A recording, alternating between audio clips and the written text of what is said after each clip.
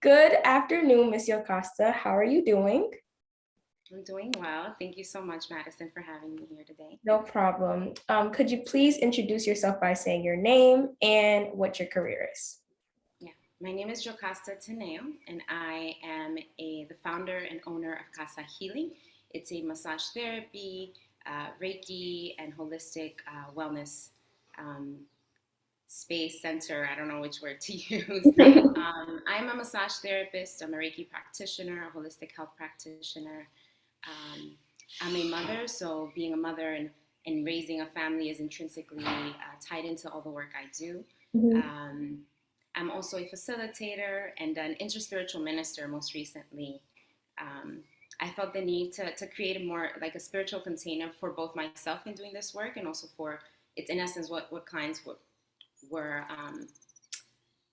asking of me to hold that Mhm. space. So I felt like I needed a deeper container for myself in order to hold others in the way that they wanted to be held within the work of body work and energy work. Mhm. Thank you. Thank you for answering. Okay, so first question, how do you define Reiki in your own words and your own thoughts? Yes, yes, yes. So for me, Reiki is literally translates as universal life force. A simple way to put it is if you're a Star Wars fan, like the force field, right? Like that force field, in essence, it's like Reiki's like comes from that force field, and Mhm. every human being, including animals, including plants, are receptors of energy. Mhm. So if I'm able to receive energy or channel energy through my body, the intention with Reiki is that through the practitioner's hands, you're channeling universal life force, which facilitates the rest and digest response for the nervous system of the person receiving the treatment. Mhm. Um, it is also it is evidence based. Reiki is one of those things that they've really accepted in the Western setting of hospital because they see the results. They see how people are able to, their nervous system regulates, how they go into rest and digest. They're able to take deeper breaths. Mhm. Oftentimes, when I work with clients, I became initiated in Reiki in 2007. Oh, Um, wow. yeah, in Dominican Republic. So it's interesting. It's a different dynamic. So it wasn't taught to me through Western lens per se. Mhm. It was a Japanese-based, indigenous to Japan, indigenous to the people of Japan. I'm very sure that it's been watered down, Mhm. changed over the years. So I often say, I began with Reiki, but at this moment, what I practice is a combination of various different things. Mhm. Inherently, as a massage therapist, I'm working with my hands. There's no way I'm not intentionally channeling. It's really love. That's really it. It's an energy Mhm. of love. The way I work with it is I bring it into my heart space, and from there I send it out into my hands. It is passive, non-invasive technique, so it's not energy healing per se. Like I'm in there trying to like read people and trying to like Mhm. find things out. Oftentimes people are like, "What did you see? What did you feel?" And I'm Mhm. always referring back to them. What did you feel? What did you see? Because truly, Reiki is a practice like many others, like meditation, contemplation, in the sense that it brings you to the present moment, to the now. Um, and I felt it in my own body how it's helped. I never practiced Reiki on others for about for about 6 years. Oh, Um, wow. because I felt like I wanted to just do it for myself, for my family. Mhm. And then, organically, I weave it into massage therapy. And I've been doing massage therapy work now for about 8 years. So, Reiki in essence invites the body of the receiver to like remember wellness and remember its inherent wisdom. Oftentimes clients on the table have insights that come not from me saying anything to them, but them just kind of remembering. It's almost like if you visualize like your whole body as an energetic system, which it is, Mhm. if there's electricity, not things not communicating properly, or, Mhm. or kind of having like a short circuit, like some things out in. So Reiki in essence allows for that electricity to just move more like easefully. Mhm. Like smoothly. Mhm. Yeah, yeah. Thank you for that answer. I really like the analogy with the Star Wars because my brother is like a huge Star Wars fan and he's kind of getting me into it. So it was nice. Um, so what is Casa Healing and what sparked your interest in starting Casa Healing? Mm.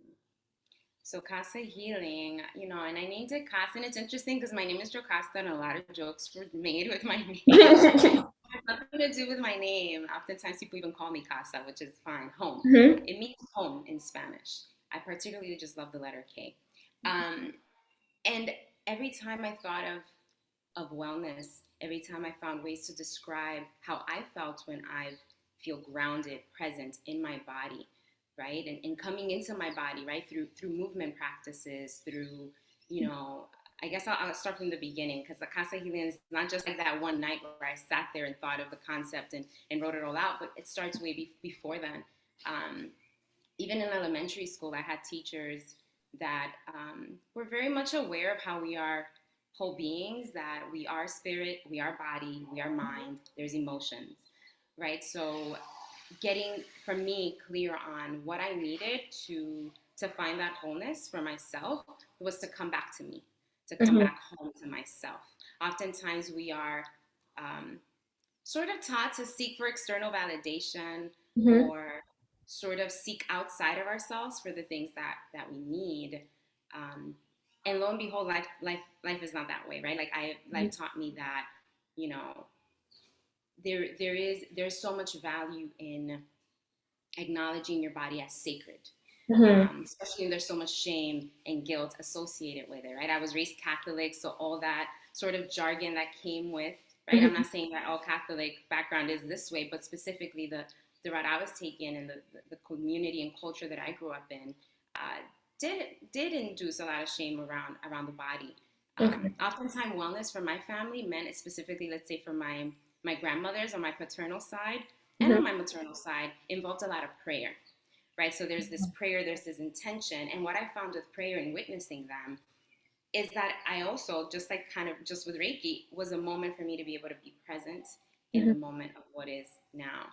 So with Casa Healing, I came up with the concept after becoming a licensed massage therapist. And I just wanted to provide a sanctuary. I benefited a lot from sanctuary like environments created for me by by my elders, by community leaders, Mhm. teachers. I've been very fortunate as a young girl. I'm 37 now, but as a young Wow. girl, to be able to have, it's so funny, to be able to have other women model for me what self care looked like, you Mhm. know. And what I noticed specifically in college, my senior essay revolved around interviewing self-identified Afro Dominican women and how they Mhm. use the art and education as a form of social resistance, as a form of self-preservation. Mhm. I was very much a fan still to this day of like Audre Lorde, Bell Hooks, right? Like Mhm. the ethic of love, or like self-care is also a political act, right? So a lot of things came together to sort of weave this interest of mine and wanting to pursue massage therapy and everything else that came once that door was open, right? So anything from affirmations, visualizations, understanding the body as an energetic system, as a vessel. Uh, Mhm.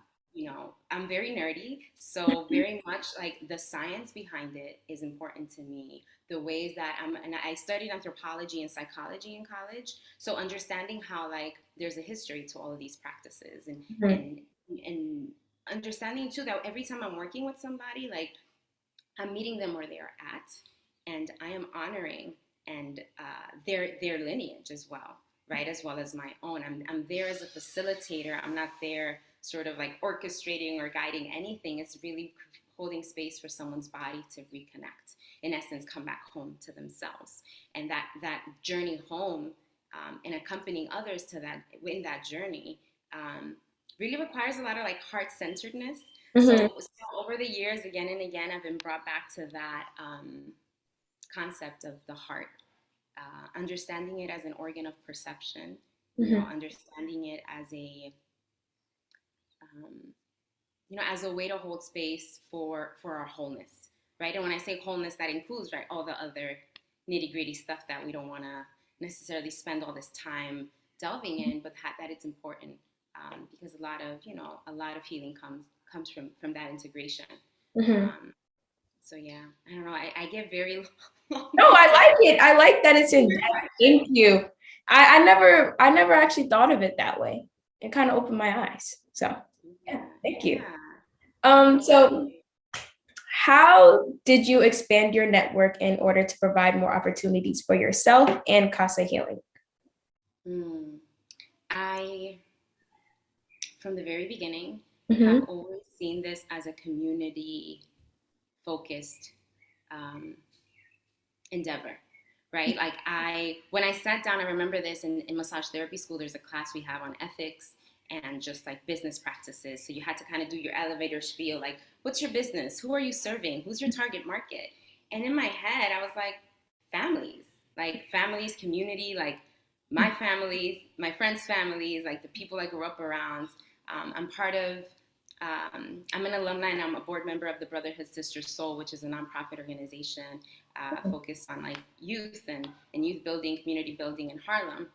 Um, so I joined when I was like 16, and I remember feeling so elated being part of a space that acknowledged, like, I for the first time found like language to describe my experience, right? Because that's the thing with oppression and injustices. Like, you don't need to read a book or even be like literate to understand that experience, mhm, right? So for me, it was so much more about, all right, there's this component to it, and now like the healing aspect of it, like how do we bring the body into it, mhm. because so much of our trauma is in the body.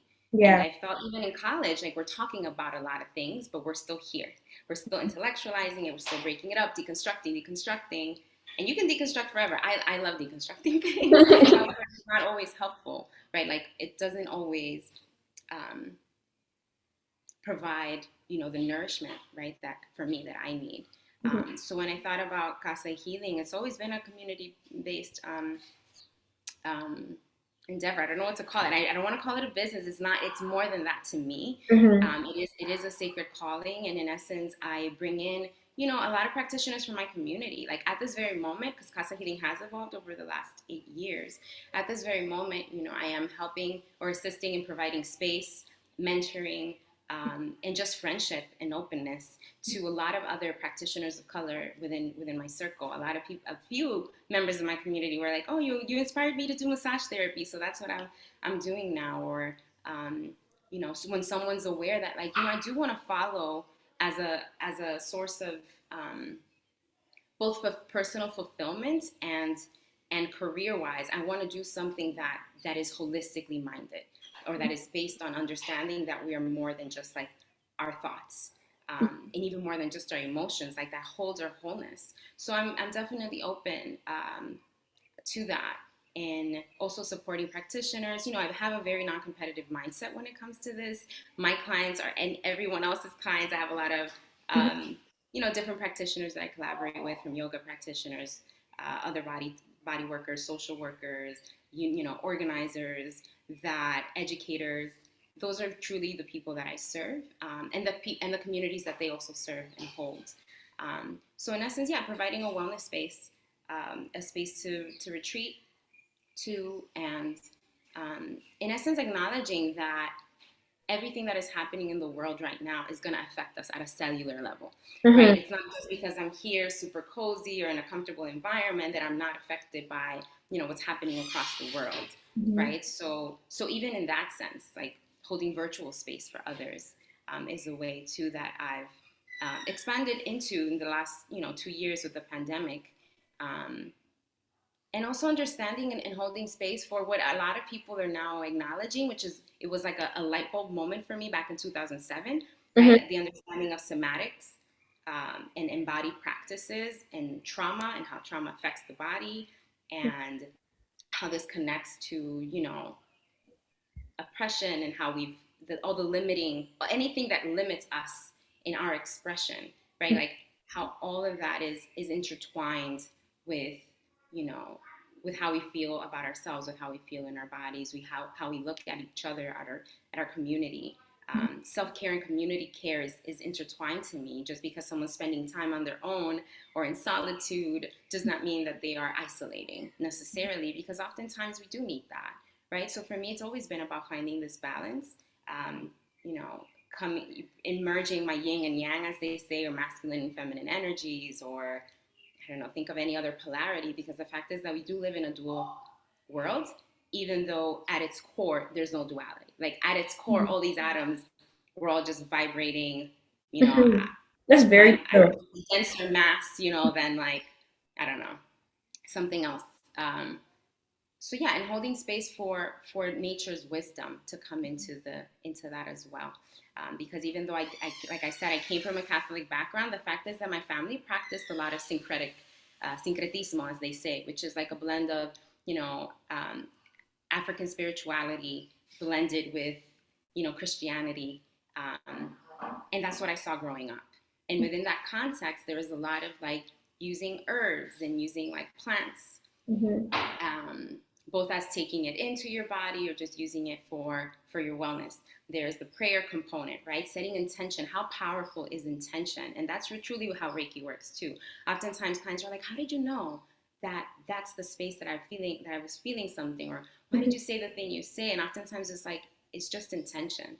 It's really a combination of my intuition, but also my knowledge, and really bridging that, like connecting what I know uh, from experience, from my studies, with what I'm feeling and what I'm sensing, and then allowing, as they say, for spirit to take the lead beyond that. So yeah, and it's something, again, it's a practice that even I feel works and resonates even for those that don't believe in something like spirit. And they're like, no, there's no such thing as whatever, or even the force field. But again, now there's science. This is where I love quantum physics and how there's now like proof and, um, well, proof, right? Because you can always prove something wrong later on. Mhm. But there's definitely just more support around understanding the vibrational nature of being, um, and like the magnetic polarity within our planet and how we have magnetic polarity, right? And that's something beautiful about specifically the program that I went through at Swedish Institute College of Health Sciences, that they do a beautiful job of merging Western and Eastern thought and practices and principles. Um, so yeah, so in that way, if I want to be held in wholeness, everything I engage has to also hold that Mhm. wholeness. And I tend Yeah. to not want to deal with anything that is like too one-sided. Mhm. And it's always been my issue. Even just growing up, I've always sort of befriended those that no one else wants to befriend, or Mhm. sort of seen the goodness, the inherent goodness in really in things that most people want to label as bad or evil, um, Mhm. and the other way around, the Mhm. inherent like shadow in spaces or people or communities where people are like, oh no, there's people put something on a pedestal, and it's like Mhm. question everything, while also acknowledging again your integrity and wholeness, as well as those that you're serving, um, Mhm. and surrounding yourself with. Yeah. Thank you. Thank you for that answer. I kind of wanted to respond to when you were talking about trauma. I actually spoke with it with my mom. I feel like a lot of people just like always push it to the side. And I like that you hold a space for people to be able to like tap in and reflect on it and help them move on instead of just like sweeping it under the rug because it's just like constant buildup of just anger, you know. It is. It is, Hmm. and I often describe it as a pressure cooker, where Hmm. like you can press it down, and I know this from experience, because like I was a very repressed child. Like as a child, I did not say what I thought or felt. Hmm. My default was like, I don't know, I'm just going along with whatever's happening, yet still being perceptive, still understanding, and still acknowledging that something's off with Hmm. me. But instead of breaking it up, right, there wasn't always a space for that. I sort of like pressed it down. And lo and behold, of course, it does come back up like a pressure cooker. You need to sort of release the valve, find ways to let go of the heat, to allow that heat or energy to move, find expression for it, but also acknowledge, right? Acknowledge that we are not perfect humans, that our parents are not perfect humans, Hmm. and that there's even just being born is traumatic, right? Like passing through a birth canal, regardless whether you're born through C-section or Hmm. or vaginally, like it's still traumatic, right? So there's Hmm. always that essence of coming into the world this way. But then there's that component of like, yeah, like where are the spaces where I can show up and say like I don't feel well, or like I'm still processing grief. Healing is like a spiral, as I always say, and like, there's times where we just have to revisit revisit certain things about our impacts that experiences that we had on our bodies, which comes back to the nervous system, Mhm. right? The nervous system is, in essence, our software. And Mhm. oftentimes we had to sort of, upgrade the system, or the system is glitching, and we have to sort of do something intentionally to to bring that homeostasis, that balance, back into our bodies. And it's not an easy thing to do, right? Mhm. Sitting with trauma, with others' traumas, and also like your own, because it is a process. Like I feel wholeheartedly you cannot hold space for anyone unless you've done that for yourself, right? I Mhm. cannot give what I have not given to myself. Um, and in that way is where I honestly do hold this work very sacred. I take it very seriously. I have deep respect for it, and I'm very intentional about engaging it in a way that is honest, and integrous, right, for myself and again the people that I serve. Mhm. Yeah. Thank you. So for the next question, I wanted to know, what is your favorite part about your journey in holistic care? Mm, mm. Wow, there's so many parts that I love. Well, for sure, right? I'll be a little bit I don't know what the word is, but I like the care, the self care is actually one of my favorite. So being able to, it does give me sort of a more of reason to do it, because I'm definitely a giver, right? Oftentimes givers tend to put themselves last, right? So in essence, this work, because again, I want to show up in my full integrity, I had to make sure I do honor myself in the process. So Mhm. I do love to engage, to be able to try out all these things, to continue to learn. I'm a perpetual student, forever a student. To be able to learn new practices or techniques, to experience them myself, and to sit with what that, what it brings up, to be able to witness myself in my own healing journey is honestly been very I've been grateful for it. I've been grateful for the awareness that I have, in being able to sort of like digest all of that, to then be able to offer it. So then the second, I would say the second favorite then is to be able to offer, um, the wisdom gains back into community, and to also be able to mirror, to like sit and like hold space for the people I work with. So it's to me my favorite part of the day. Right now I'm going back and forth on virtual cycles and in-person cycles. So an in-person cycle is soon to come next week. And I'm eager for it. I'm excited for it because it feeds me. Right. Oftentimes at the end of a session, people seem to be very grateful for me. And I'm like, I'm so grateful for you. Like, thank Mhm. you for allowing me to, because it's an exchange. Mhm. I'm not there as a practitioner being like, I'm giving you all these things. No, it is mutual. Um, Like a just as trade? yeah, it's like it is. It's a trade. Mhm. Um, but it's also, there's like this subtlety to it as well. That is this just acknowledgement of Mhm. like heart to heart, like human to human, being to being, right? Because I've also worked with animals. Like I've reiki'd dogs, and I've had some Mhm. clients that had their pets like transition. So it's Really? part Wow, of, I never knew that you could do that. Wow. I mean, anything. You can Reiki your plants, right? Mhm. As simple. And again, I went through an initiation process through Reiki, because that's the other bit. I mean, you can Google Reiki now; it's more popular. When I started it, people were like, "Why are you doing that? What Mhm. is that? Massage therapy? Why would you, go to Mhm. college and go to massage therapy school? That makes no sense." And I'm like, "Well, this is where." And interesting enough, it all comes back full circle, and now like it's a thing. Now Mhm. it's become more popular and accepted because again, there's more research to back up the our body's wisdom, the fact that our bodies are very, very wise, and Mhm. that we are primarily, spiritual and emotional beings, not just thinking machines. Right. Recently, looking at Brené Brown and Atlas of the Heart, I highly recommend that book and show. And that's one of the things that she highlights in there as well. Mhm. But again, it's not new. So a lot of different people are sort of regurgitating things that are known to like ancient indigenous populations from all over the world. They came to those same conclusions. Mhm. Um, so yeah, I would say that those are my favorite things: the aspect of caring for myself in the process of giving, and then being able to witness and hold space for others. Yeah. Thank you. Um, Three more questions left. What are some practices we could potentially do in a moment Mm, of stress and nervousness? okay. as I did right now. Breath work, breathing, breathing, breathing. And oftentimes, and I've been in spaces, especially with youth, that's Mhm. why I do love working a lot with youth because they'll just tell you how it is. Like, they'll be like, I'm breathing already. How's that going to do anything for me? And I'm Mhm. like, Very raw. Mhm. are you properly breathing, right? Like, is it efficient? Are you really taking your breath to the deepest part of your body and Mhm. allowing it to sit there even just for a second before you release it?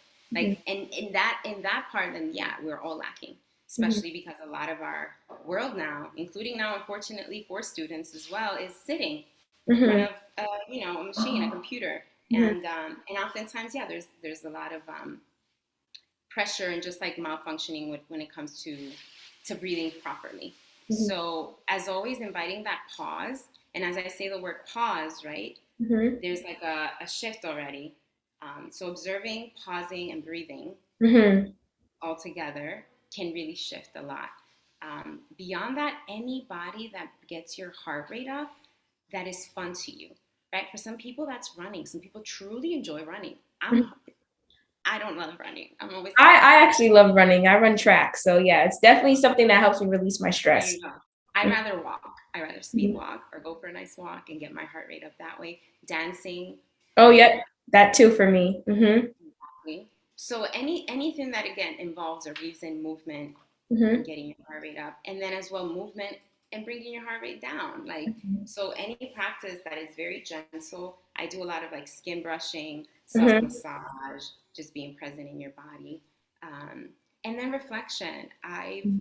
realized that I'm not one to really lean towards writing, but because it's been a practice, it's been so effective for me. Because I Mhm. had teachers that held space, even in middle school, I had one teacher that was just like, every time we were with her, it's like, we're doing free writing, just journal for the next 15, 20 minutes.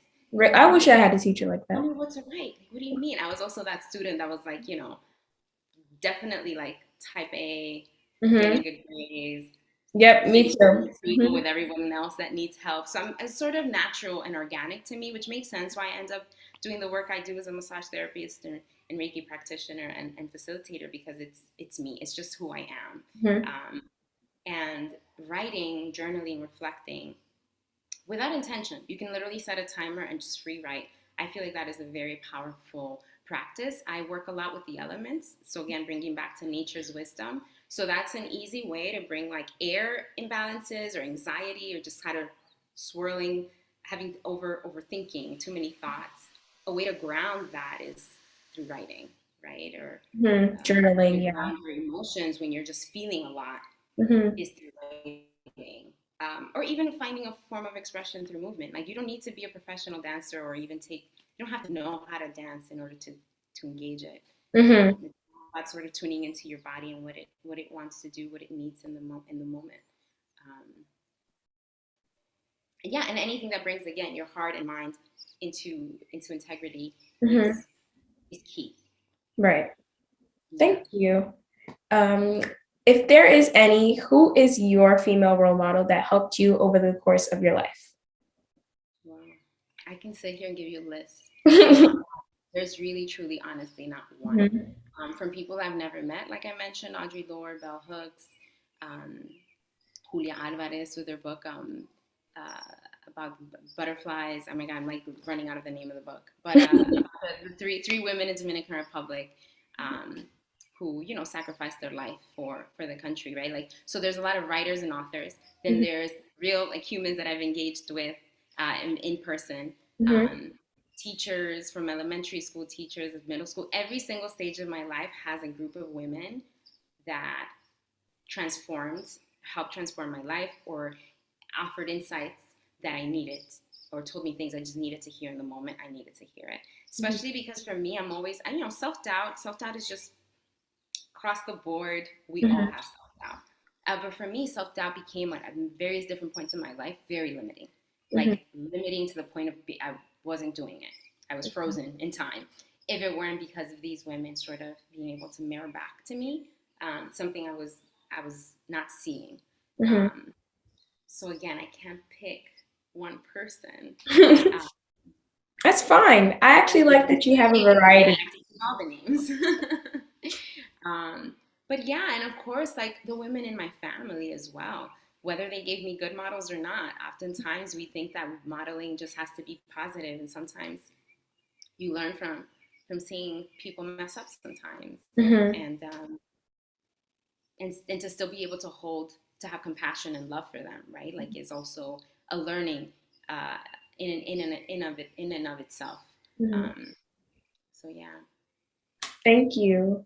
And last but certainly not least, what is your message to girls all around the world? No pressure here. My message, wow. My life is my message, as they say, that Gandhi quote. This work that I do with Kasa, I honestly have intentionally created that way because I want to always be able to be held by it, just as I'm offering like to hold others.